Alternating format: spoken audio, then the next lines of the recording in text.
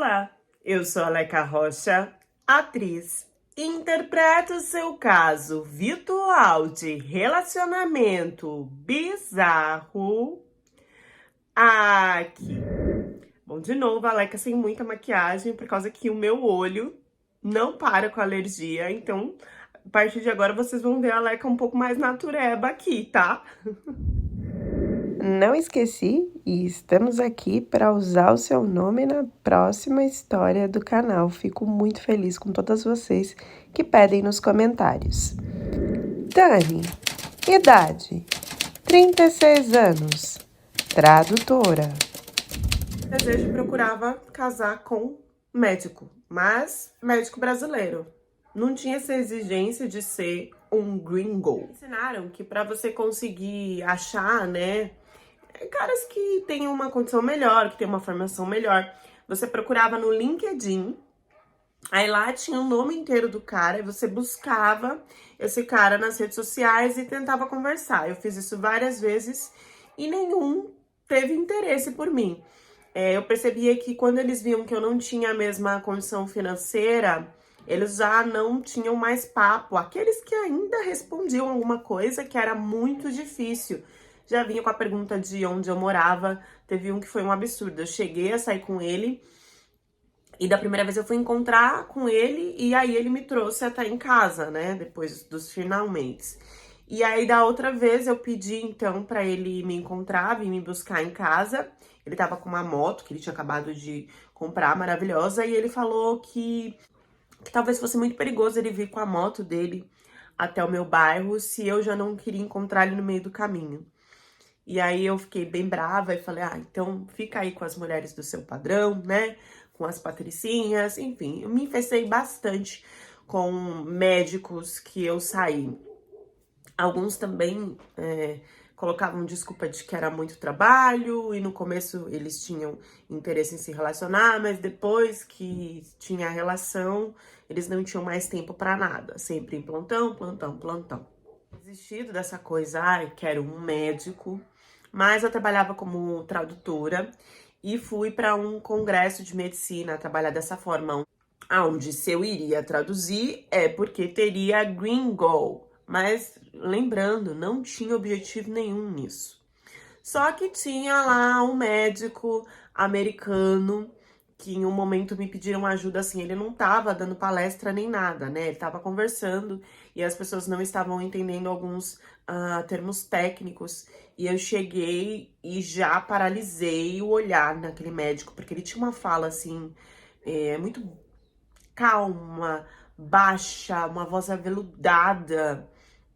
E entendam, ele não tava lá como referência, ele não tava lá palestrando, ele não era alguém importante. Só se tornou, assim, um pouco um evento para algumas pessoinhas que também tinham ido lá para assistir o congresso, assim como ele, porque ele era americano. Os brasileiros não queriam nada comigo, por que que eu ia criar alguma esperança com um gringo? Não, né?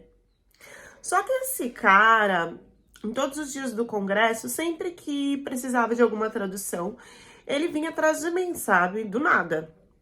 Quando eu não estava trabalhando. E ele falava, né, pra multidãozinha dele ali que ele criou, ele falava olhando pra mim. E o olhar dele não era uma coisa profissional, nem nada muito técnico. Também eu percebia ele meio igual pêndulo, pendulando assim pro meu lado, querendo encostar, fosse com a perna, com o pé, com o ombro, roçar com o braço.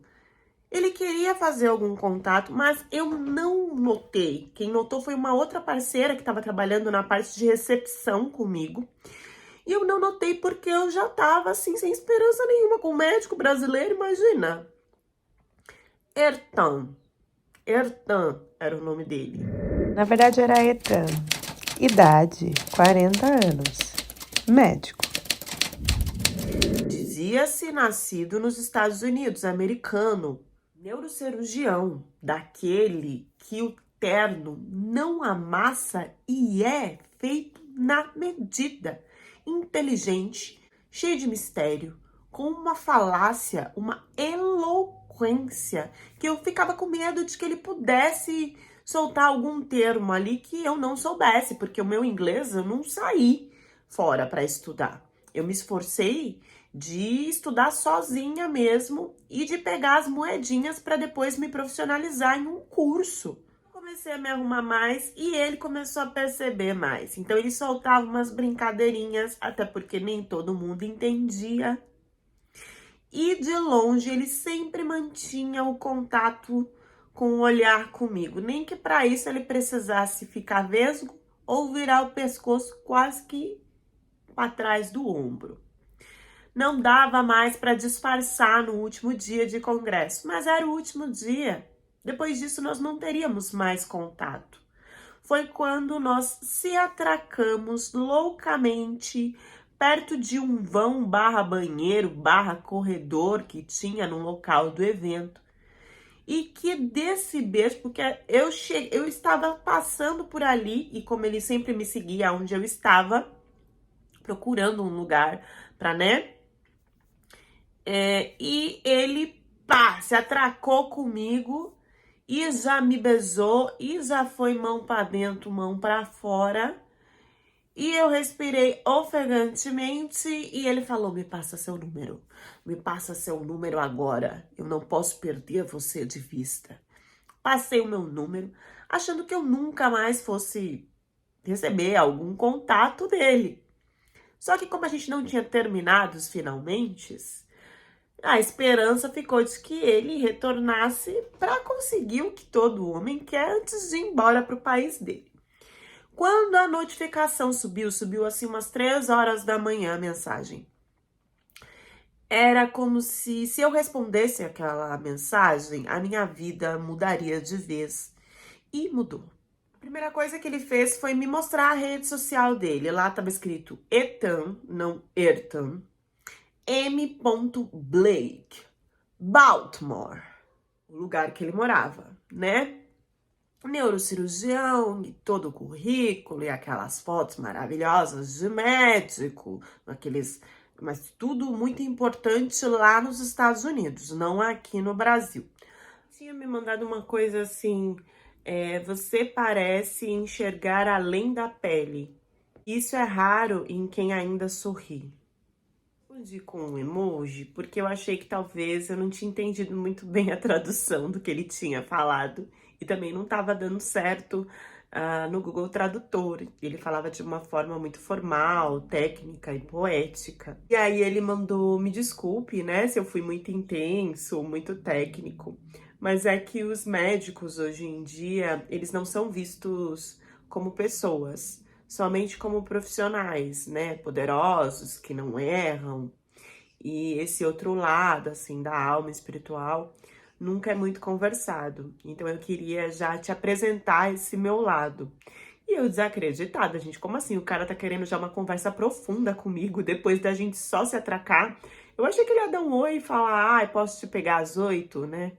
Desse poder, desse terno bem arrumado, essa aparência dele, ela era sempre muito bem trabalhada, tirando a parte do rosto, porque no rosto ele tinha a cara do Batoré, tá? Mas disfarçava com esse cabelo de gel, com essa roupa nas mínimas medidas, com o médico americano, mas era um Batoré. A história dele: trabalhava 18 horas por dia, perdeu a esposa, né, para um tratamento, e também perdeu a mãe nessa situação, e fez isso com que ele se tornasse, quisesse estudar, né, para medicina e virar médico, e ele pensou que ele não cometeria esse erro novamente com a esposa, mas infelizmente ele teve esse trauma, e agora, depois dele ficar viúvo, ele não tinha se conectado com mais ninguém. O estranho foi que ele conversou, eu sei que ele tinha poucos dias ou até poucas horas no Brasil, e ele não teve uma correria para me ver. Eu lembro que nesse primeiro papo ele já falou que não conseguia ficar sem ouvir minha voz, mas não me convidou para nada. Do nada ele soltou uma pergunta assim: já pensou se você escolhesse viver em um outro país onde ninguém te conhecesse? Isso seria algo tranquilo para você? Isso seria algo que você pensaria em fazer? Ele me vinha com perguntas e questionamentos como se se ele estivesse me avaliando para ver se eu era alguém que aceitava ser parceira dele. E eu achei que seria só uma coisa de, vou pegar uma brasileira aqui, estou aproveitando o congresso que eu vi e depois vou embora. No segundo dia, ele me convidou para sair com ele e aí nós ficamos juntos até o dia dele ir embora de novo para os Estados Unidos, que foi um momento muito difícil na vida dos dois. Lá nos Estados Unidos, não importava que ele estava em plantão ou 18 horas trabalhando, não importava. Ele sempre me ligava, dava um jeito de ligar antes ou depois da cirurgia. E sempre estava me mandando fotos e vídeos. E ele fazia umas coisas um pouco pousadas, assim, sabe? Tipo de jaleco. Agora estou nesse momento tal. Era sempre uma coisa...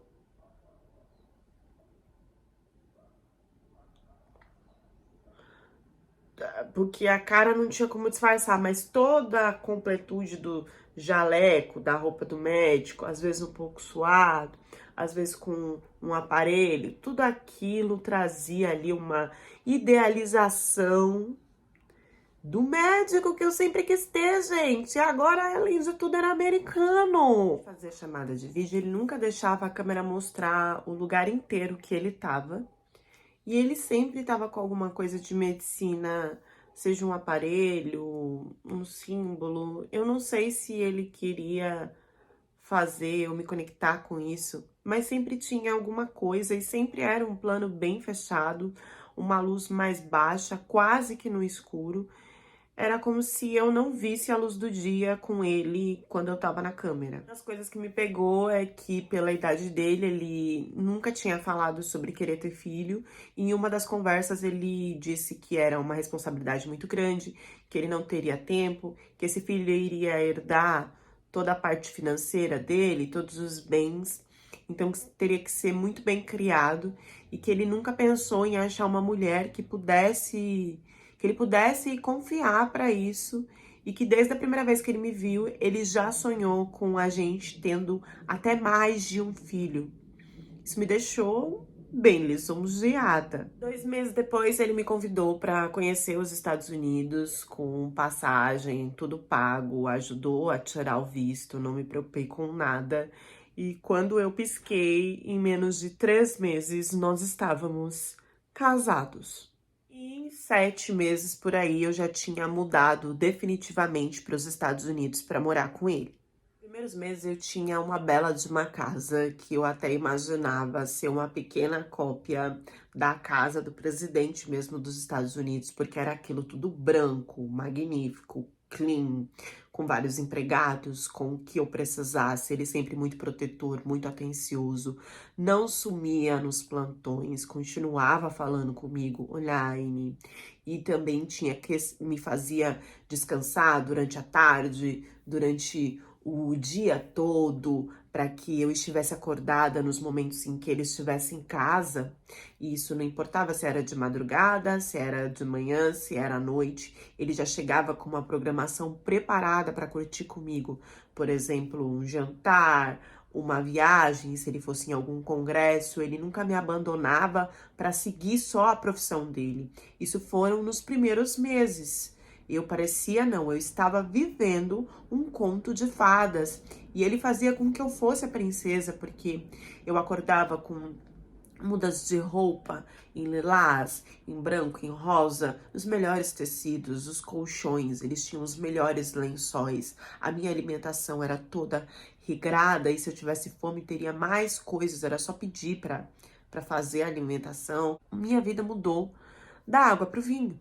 Até que em uma das nossas noites do fogo, ele trouxe uma roupa como se fosse de enfermeira, mas lógico, né? Pra gente ter lá o tchaco-tchaco. Então era tudo curtinho, aventalzinho com a araba de fora, aquela coisa. E ele pediu pra eu vestir, eu achei super ok. Não assimilei com a profissão dele, olha que loucura.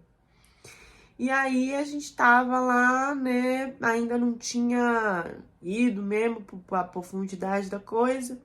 E ele veio com um papo de deixa eu te examinar. Super de boa, né? Abre tudo lá, né? Faz aquela posição que a gente faz quando a gente vai no gine. E ali ele me enlouqueceu nos beijos, né? E fomos até o finalmente.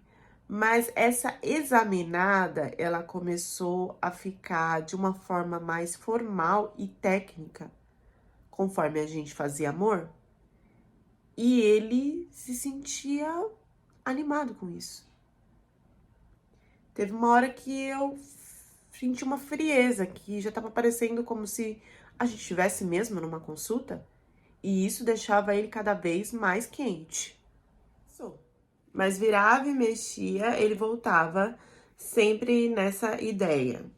Parece que começou a se tornar uma ideia fixa. E eu não me importava de fazer, tá? Eu estranhava algumas partes, mas até que ele chegou com uma surpresa de que daria um tempo no trabalho, eu não sei muito bem se ele ia ser transferido, eu não sei muito bem, não entendi muito bem o que ia acontecer, porque ele só falou que ia ter uma mudança, uma transferência no trabalho, e que então a gente iria tirar férias e que ele queria me apresentar a Vegas. E que isso seria muito mágico, porque não é sempre que ele tem, 3 dias livres, que fosse. E eu fiquei muito feliz porque ele não deixou eu correr atrás de nada, ele organizou tudo. Até a minha mala, ele não queria que eu me preocupasse. Eu podia escolher lá umas roupas que eu queria, mas ele também disse que ia levar uns looks surpresas pra mim. E assim, umas roupas de surpresa pra mim. E assim, sempre que eu acordava, tinha lá, sabe, um vestido novo, um sapato novo, uma coisa que ele ou ele comprava ou ele pedia pra alguém dar pra mim. Então eu fiquei focada nessa viagem pra Vegas e não imaginava o que ia acontecer, porque eu pensei que seriam, sei lá, cassinos, festas. E foi.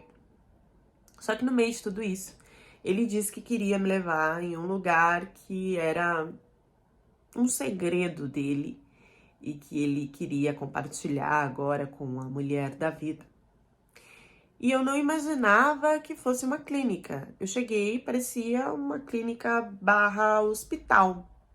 Eu tinha entendido que era uma clínica estética e que, sei lá, ele ia me pagar algum tratamento ou a gente ia fazer alguma coisa juntos. Mas depois eu fui percebendo que era uma coisa diferente. Como se fossem salas montadas no aspecto de hospital, sala de cirurgia. E aí eu vi que era como se fosse um quarto temático. Uma mistura de hospital com hotel com M e um filme de terror psicológico. Porque tinha como se fosse maca e não eram os aparelhos reais, mas tinha como se fosse imitando. E quando eu entrei, ele já veio pra cima de mim pra gente se amar ali. Eu não me senti bem, era um lugar gelado, uma coisa fria. Tinha até cheiro de álcool, não sei se de álcool, eu não sei explicar pra vocês muito bem. Mas parecia um hospital, só que não era. E ali ele me pegou e quis fazer loucuras e ele achou que eu tinha gostado da surpresa, só que eu não tinha me sentido bem no lugar. Mesmo assim, aconteceu tudo que tinha que acontecer, porque eu não queria magoar ele com a surpresa, o presente. Comentei muito sobre, ele também não me perguntou, mas depois disso, ele começou a me levar em outras clínicas do mesmo jeito. Era sempre num prédio discreto, sem nenhuma placa, parecendo algo clandestino. Ele tinha que fazer antes em casa, uma senha enviada por e-mail. Do lado de fora parecia um lugar comum, mas dentro era um universo paralelo. As sessões elas custavam de 500 a 2.000 dólares. A experiência que ele só me mostrou mais pra frente que era acima de 5.000 dólares, onde além do cenário ser totalmente mais reais, ainda tinham atores para participar da cena, né, caso a gente quisesse. Tudo como cliente, tá? Empresário, bancário, pessoas que estavam em busca ali de uma tal submissão, até mesmo mulheres. Feito só com pagamento adiantado e outras pessoas podiam assistir. Absurdo, as que eram mais caras, o chão, eles tinham até como se fossem pastilhas hospitalares com líquido vermelho manchado seco. Maca de aço, suporte de respirador, Vários com instrumentos que depois eu vi que alguns eram falsos e outros eram reais. Uma sala até de gine com a cadeira pra gente usar. Serim, agu, o de espetar, né?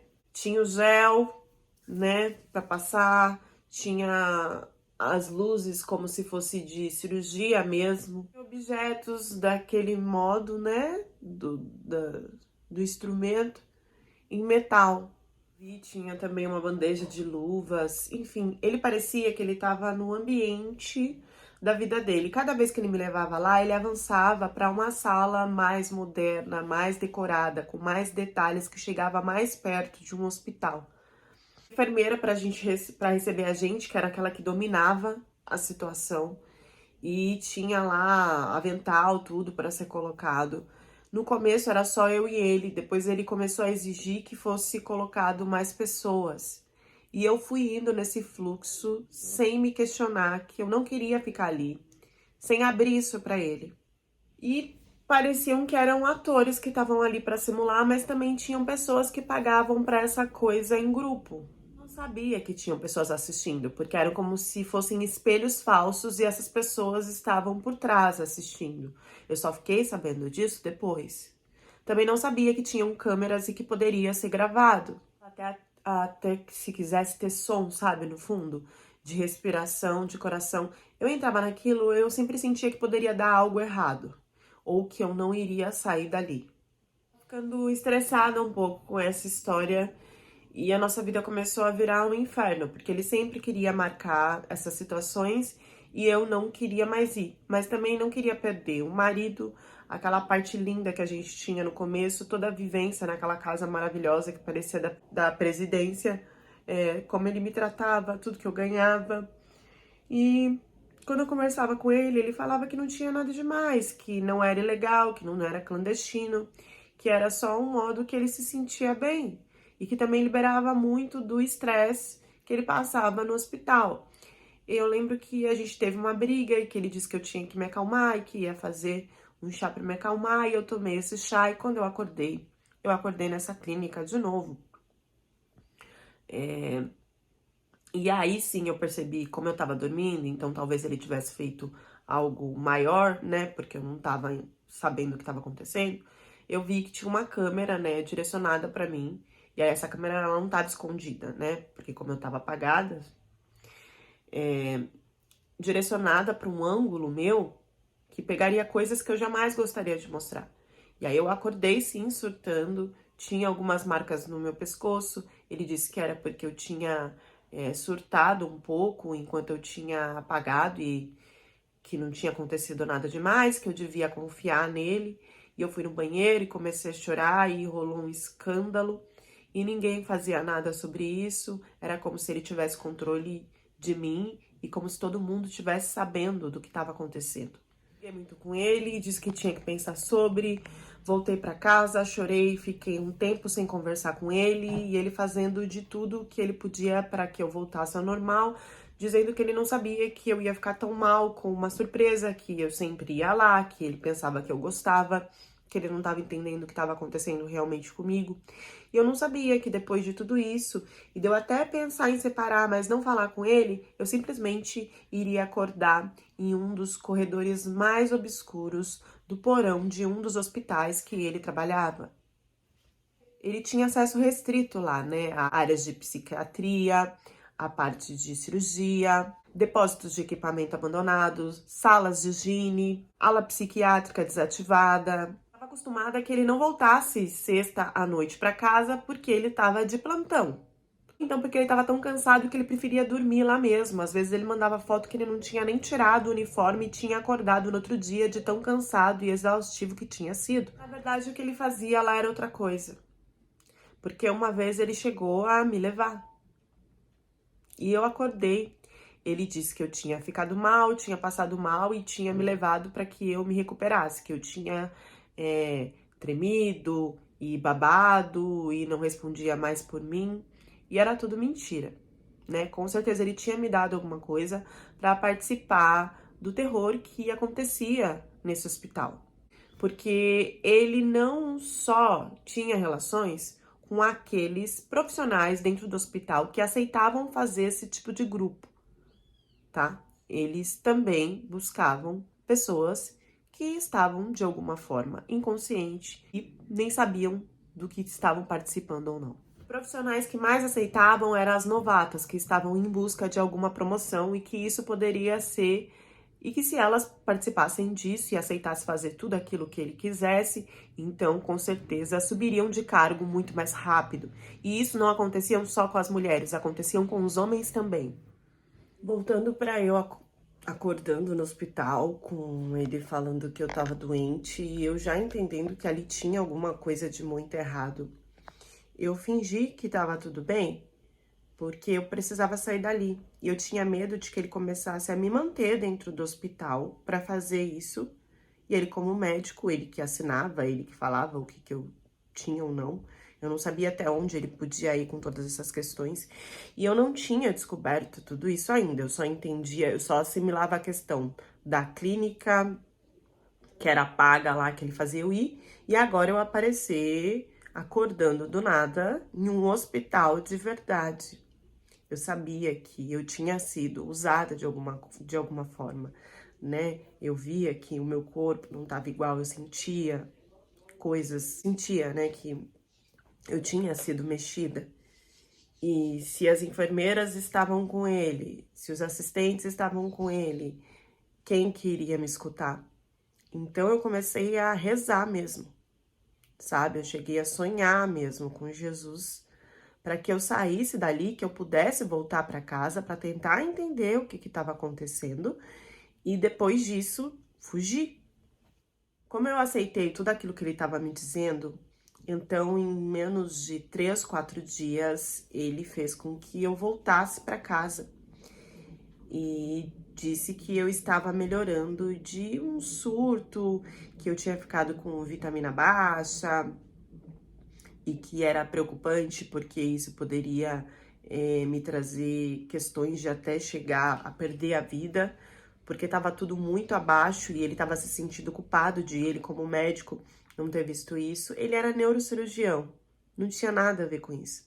Se tinha alguma questão que ele estava cuidando de mim, tinha que ser nesse sentido. Já não fazia mais sentido nada do que ele falava. E a área que eu fiquei não foi uma área normal para pacientes. Eu percebia que era no porão, num lugar mais obscuro, e o meu medo era que medo de eu não sair mais dali. Então eu tive que fingir que estava tudo bem. Cheguei em casa sem pudor e sem medo nenhum, ele começou a me mostrar os vídeos de coisas que aconteciam com enfermeiras, de coisas que ele disse que eram momentos nossos, de tudo isso que vocês já sabem que pode rolar em um hospital escondido e que nos Estados Unidos, no Brasil, em vários outros lugares acontece. E nos Estados Unidos tem essas clínicas de feti que são pagas. Ele não se contentou só lá, tá? E lá tem muitos médicos e enfermeiras que participam, mas ele foi mesmo para a parte que não é legal, né? Que é dentro de um hospital de verdade. E ele começou a mostrar tudo aquilo e falar que eu fazia parte daquilo, que eu já estava registrada, que foi de uma forma que eu aceitei, que ele tinha eu falando que eu aceitei, que querendo ou não eu era cúmplice de tudo que acontecia e que nós iríamos continuar nessa vida, que não teria muito o que eu fazer. Depois disso, gente, ele me deixou no quarto trancada por 3 dias. As coisas chegavam lá para mim comer, mas não tinha como eu sair. Não tinha celular, não tinha nada. Ele foi me entregando, me devolvendo aos poucos, conforme eu agia como se nada tivesse acontecendo. Até os vídeos, gente, eu tive que me segurar para não vomitar, para não surtar, para não chorar na frente dele, porque eu tinha que agir naturalmente, como se aquilo tivesse tudo certo. E eu vendo ele, não só ele mexendo em mim, mas com aparelhos, outras coisas, sabe? Ai, é horrível. E eu sorrindo, falando que ele era o amor da minha vida, que isso era muito quente, que eu tava apaixonada, porque eu tinha que sair dali. E ele podia me dar qualquer remédio, qualquer coisa, podia sumir comigo, né? Dependendo de como eu reagisse. Isso não durou dias, isso não durou meses, isso durou 1 ano, porque não tinha como eu sair da casa. Eu não tinha o meu passaporte. Eu não tinha contato com outras pessoas. Eu tive que esperar pacientemente o momento que ele confiasse muito em mim. E foi no momento em que ele viria ao Brasil, dizendo que participaria de um congresso e que aí sim me levaria com passaporte e tudo, porque ele já estava super confiante de que eu não sairia mais dessa situação. E o congresso aqui no Brasil, eu achava que era um congresso de verdade, e realmente tinha. Mas ele vinha também para participar de coisas aqui, também em hospitais. Essa parte eu não sabia, eu não imaginava. Só aqui no Brasil, em um hotel, no momento que ele foi tomar banho, é que eu consegui fugir, correr, desaparecer da frente dele. Mas antes disso, eu vi muita coisa. Eu vi programações que ele tinha em hospitais, não só aqui, mas em outros lugares. Eu vi pessoas que eram sedadas para participar disso. Pessoas que pagavam para participar disso. Grupos onde enfermeiras, médicos, plantonistas, anestesistas, todos eles faziam questão de comentar sobre a situação e de ameaçar aqueles que estavam mais abaixo e que queriam subir de cargo, e como eles eram medrosos em participar disso, e como isso era engraçado, e o que eles pediriam para essa pessoa fazer no outro dia. Era um terror. Terror que eu não estou contando com detalhes, porque ele deixou claro que qualquer coisa que eu fizesse, eu sairia como cúmplice. E ele tem registros que pode afirmar que eu era cúmplice por tudo que foi feito nessas clínicas que não eram reais, né? Que era tudo encenado e que eu aceitei fazer. Eu conhecia onde eu estava no Brasil, mas eu me senti perdida. Eu não sabia nem sair do elevador, de tão desnorteada que eu tava. Saí do hotel, eu não reconhecia a rua, eu fui e voltei sei lá quantas vezes. E pela graça de Deus, esse homem não me encontrou. E outra coisa que eu esqueci de falar, ele veio pra cá com outro nome já. Não era mais Ertal. O nome que ele casou comigo foi esse, sim. Mas ele tinha uma mistura, ele não era totalmente americano.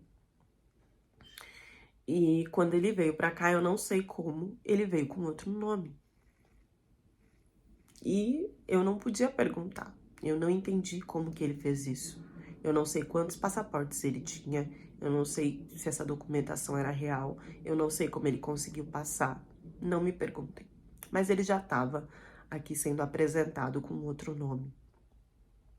O meu medo foi tão grande que hoje eu não vivo nem no Brasil, nem nos Estados Unidos. Eu vivo em um outro país que eu também não vou deixar aqui registrado, porque eu tenho muito medo de que alguma coisa aconteça.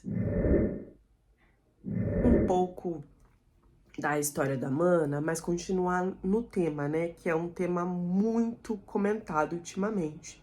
Porque nós mulheres não temos mais segurança nem quando precisamos ser socorridas, nem quando precisamos de socorro médico, né? Que tem estourado, né, no Brasil, em vários outros lugares, sobre enfermeiros, médicos. Não estou falando de todos, por favor, né? Estou falando daquela parcela que está fazendo isso. E aí eu queria saber como é que fica a nossa cabeça, porque a cada passo que a gente dá, tem uma situação de uma notícia com uma mulher, ou leva vários na cara dentro de um elevador, ou vai ter um filho e o médico faz algo pior. Até quando nós vamos viver nesse medo e de mãos atadas? Deixem as reflexões de vocês nos comentários e até a próxima história do canal.